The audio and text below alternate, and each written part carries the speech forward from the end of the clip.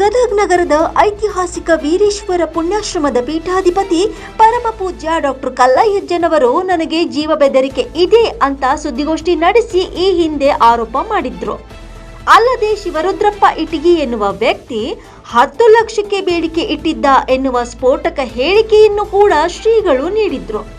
ಇದಕ್ಕೆ ನಗರದ ಪತ್ರಿಕಾ ಭವನದಲ್ಲಿ ಸ್ಪಷ್ಟನೆ ನೀಡಿರುವ ಶಿವರುದ್ರಪ್ಪ ಇಟಗಿ ಅವರು, ನಾನು ಯಾವುದೇ ಕಾರಣಕ್ಕೂ 10 ಲಕ್ಷ ರೂಪಾಯಿ ಹಣ ಕೇಳಿಲ್ಲ.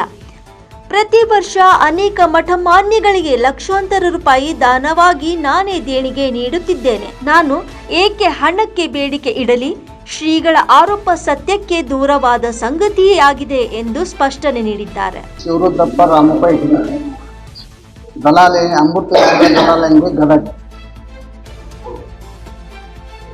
ನಾನು ಮಠಕ್ಕೆ ಹೆಜ್ಜೆ ಇಡಬೇಕಾದ್ರೆ 25-30 ವರ್ಷದಿಂದ ದೀಪಾವಳಿ ಪಾಡ್ಯ ದಿವಸ 6 ಗಂಟೆಗೆ ದೊಡ್ಡ ಅಜ್ಜವರು ನಮ್ಮ ಅಂಗಡಿಗೆ ಪೂಜೆಗೆ ಬಂದು ಅವಾಗ ಅವ್ರು ಪಾದ ಪೂಜೆ ಮಾಡಿಕೊಂಡು 2,000 ರೂಪಾಯಿ ಕಾಣಿಕೆ ಇಟ್ಟ ಮೇಲೆ ಅವ್ರು ಕರೆದ್ರು ನನ್ನ, ನಿನ್ನ ಹೆಸರು ಏನಪ್ಪ ಅಂತೇಳಿ. ನನ್ನ ಹೆಸರು ಶಿವರುದ್ರಪ್ಪ ಇದ್ದೆ.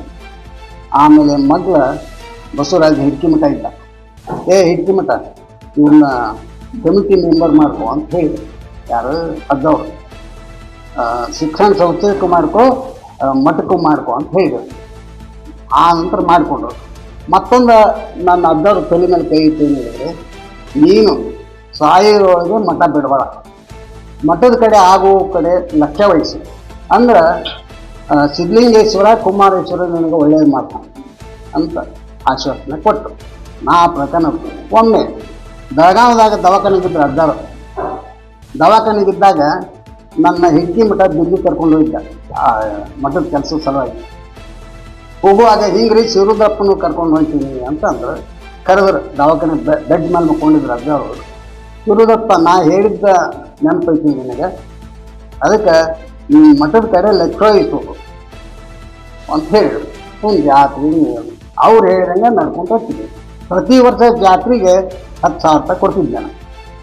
ಇನ್ನು ಮುಂದೆ ಏನು ಮಾಡಿ, ಅಜ್ಜ ತೀರ್ಕೊಂಡ್ಮೇಲೆ 50 ಪ್ಯಾಕೆಟ್ ಅಕ್ಕಿ ತೊಗೊಂಡು 10 ಪ್ಯಾಕೆಟು ಗವಾಯಿ ಮಠಕ್ಕೆ, 10 ಪ್ಯಾಕೆಟು ಹೊಸಳ್ಳಿ ಮಠಕ್ಕೆ, 10 ಪ್ಯಾಕೆಟು ನೀಲಗುಂದ ಮಠಕ್ಕೆ, ಹಣ್ಣಿಗೆರೆಗೆ ಆದ ಮಠಕ್ಕೆ ಈಗ 8 ವರ್ಷ ಹಿಂಗೆ ಮಾಡ್ಕೊತ ಬಂದಿದ್ವಿ.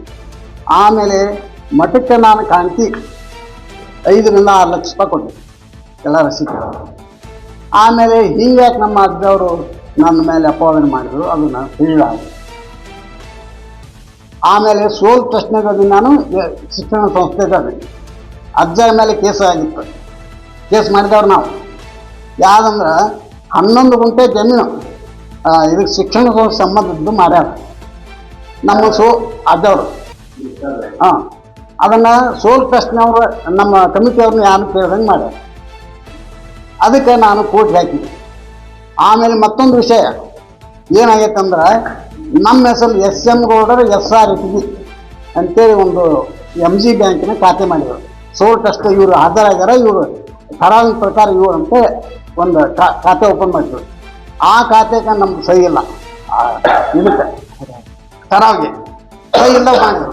ಅದ್ರಾಗ ಶಿಕ್ಷಣ ಸಂಸ್ಥೆನ ಒಂದು 25 ಲಕ್ಷ ಕೂಡಿದ ಮೇಲೆ ಅವಾಗ ನಮಗೆ ಗೊತ್ತಾಗ್ತದೆ.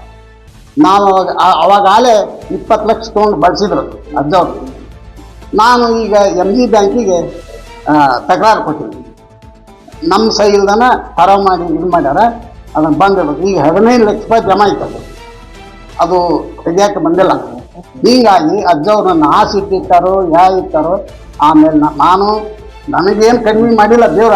ಅಜ್ಜವ್ರ ಆಶೀರ್ವಾದ ಆಗೈತೆ ನನಗೆ. ಅವು ನನಗೇನು ಕಡಿಮೆ ಮಾಡಿಲ್ಲ. ನಾ ಮಠಕ್ಕೂ ಇದವನ್ನ ಮಠ ಅಲ್ಲ, ನಾನು 108 ನಾನು ಸುತ್ತ ಕಡೆ ಯಾವ ಮಠ ಅದಾವು. ಇವತ್ತು ನೀಲ್ಗುಂದ ಅಜ್ಜವ್ರು ಫೋನ್ ಮಾಡಿದ್ದು, ನಿನ್ನ ಮೇಲೆ ಹಿಂಗ್ಯಾಕೆ ಅಪವಾದ ಆಯ್ತು, ನಮ್ಗೆ ಇದಾಗಿತ್ತು. ನೀಲ್ಗುಂದ ಮಠದಾಗ 1 ಲಕ್ಷ ಕೊಟ್ಟು ಒಂದು ಕೋಲಿ ಹಾಕ್ತೀವಿ, ಹೊಸಳ್ಳಿ ಮಠದಾಗ 1 ಲಕ್ಷ ಕೊಟ್ಟು ಕೋಲಿ ಹಾಕ್ತೀವಿ.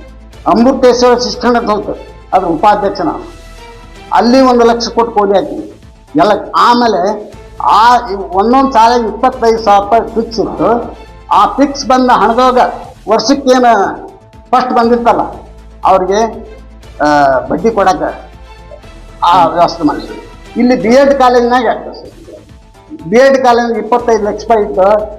ಎಷ್ಟು 16 ಇಸ್ವಾಗೈತಿ ಐತಿ. 25,000 ಫಿಕ್ಸ್ ಇತ್ತು.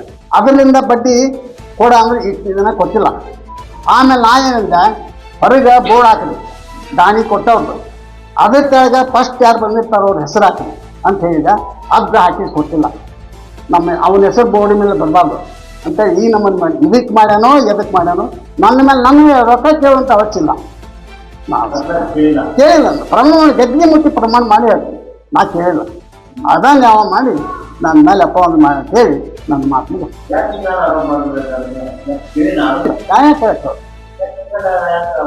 ಅದ ಹೇಳ್ತಲ್ಲ. ಈಗ ಮತ್ತೊಂದು ಹೇಳ್ತೇನೆ.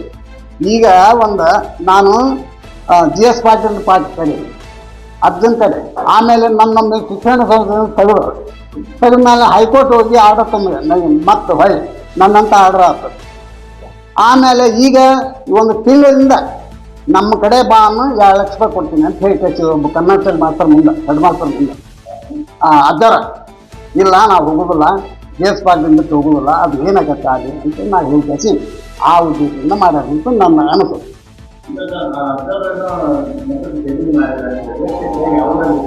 ಇಲ್ಲೇ ಶಿಕ್ಷಣ ಸಂಸ್ಥೆಗೆ 10-11 ಗುಂಟೆ ಹಾಪ್ಲಿಗೇರಿ ಯಾರು ಪ್ಲಾಟ್ ಮಾಡಿ ಮಾಡ್ಯಾರ. ಹಾಂ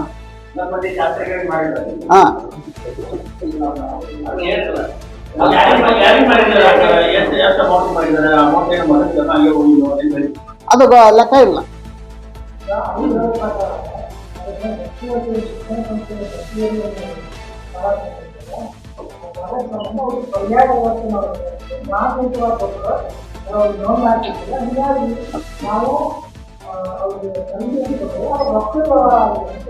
ಇಲ್ಲ ಖರೀದಿ ಕೊಟ್ಟಾರ.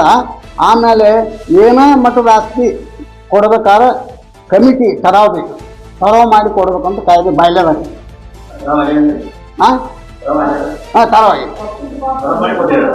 ಠರಾವ್ ಮಾಡಿ ಕೊಟ್ಟಿಲ್ರಿ, ಅಲ್ಲೇ ಕೊಟ್ಟಾರ. ಈ ಕೋರ್ಟ್ನಾಗ ಐತ್ರಿ ಅದು. ಕೋರ್ಟ್ನಾಗ ನಾವೋಗಿ ಇಲ್ಲ ನಡೆದೈತಿ ಕೇಸ್ ಇಲ್ಲ ಸಿಂಪು. ಆಮೇಲೆ ಹೈಕೋರ್ಟ್ಗೆ ಇದಕ್ಕೆ ಹೋಗಿದ್ವಿ ನಾವು. ನಮ್ಮನ್ನು ಕಮಿಟಿಯಿಂದ ತೆಗೆದಿದ್ರು, ಹೈಕೋರ್ಟ್ ಹೋಗಿ ಆರ್ಡರ್ ತಂದು ನಮ್ಮಂತಾಗಿದೆ.